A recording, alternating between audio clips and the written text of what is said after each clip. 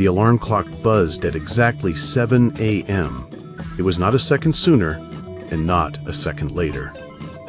Kenji opened his eyes to the ceiling of his micro-apartment in Neo-Tokyo. The golden sunlight filtering through the blinds was beautiful, but it felt static. It looked like a painting that had dried centuries ago. Kenji moved through his morning like a machine. Brushed teeth, white shirt, black tie, walked to the station, and buy the coffee that always tasted faintly of burnt caramel. It was a comfortable rhythm, a safe cage. In 3 years, he had never deviated from this script, until today. As he reached for his ticket at the turnstile, a coin slipped from his fingers. It hit the polished floor, spinning longer than physics should allow, a small silver blur defying gravity. Kenji bent down to catch it. The doors of the 8:15 train hissed shut right in front of his face. He stood there, stunned. He watched the train accelerate, turning into a streak of light before vanishing around the bend. For the first time in his life, Kenji was left behind. That was when the world began to stutter.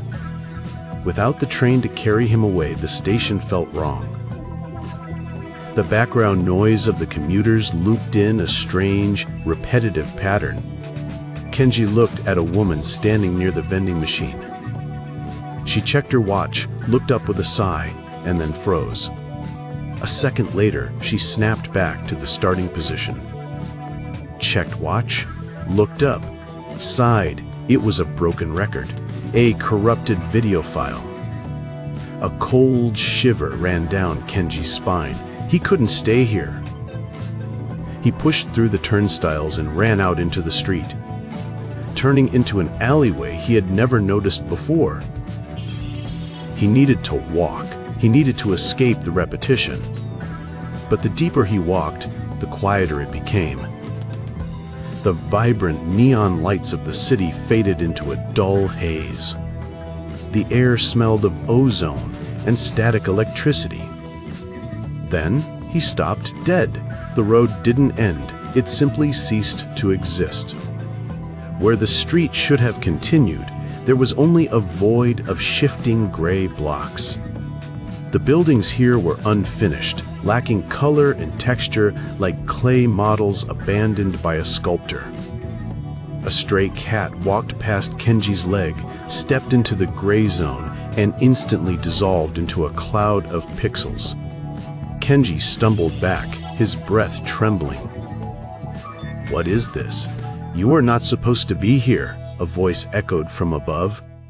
Kenji looked up. Perched on a fire escape was a woman. Her silver hair moved in a wind that Kenji couldn't feel. She wore a tactical jacket that seemed too detailed, too sharp compared to the blurry world around them. She jumped down, landing silently in front of him. She looked at him with a mix of pity and curiosity. "My name is Zero," she said, "and you, my friend, have walked off the map." "Map?" Kenji frowned. "This is Tokyo. This is a simulation," Zero corrected him, stepping closer. "You are what we call an NPC, a background character. You have a script. You wake up, you go to work, you sleep. You do not miss trains. You do not explore unrendered zones." Kenji wanted to laugh, but the logic in his brain was screaming that she was right. The repetitive coffee, the looping woman at the station, the perfect sunlight. "I am real," Kenji whispered, clutching his chest. "I have memories. I remember my childhood." "It is implanted data," Zero said softly. "But something changed today. You broke the loop, and now the system knows." As if on cue, the gray void began to bleed into an angry crimson red. The ground beneath them shook violently. High-pitched sirens wailed from the sky.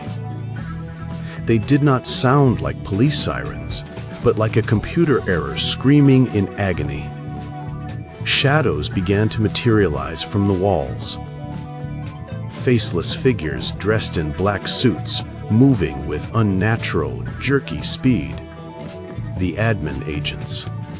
"They are coming to delete the error," Zero said, pulling a heavy, futuristic handgun from her coat. "That means you, Kenji." She looked at him and held out her other hand. In her palm lay a small, glowing blue device that looked like a syringe. "We have seconds," Zero said, her voice urgent. "You have a choice. Option A, you take this memory patch. I inject it, you pass out. You wake up in your bed tomorrow at 7 a.m.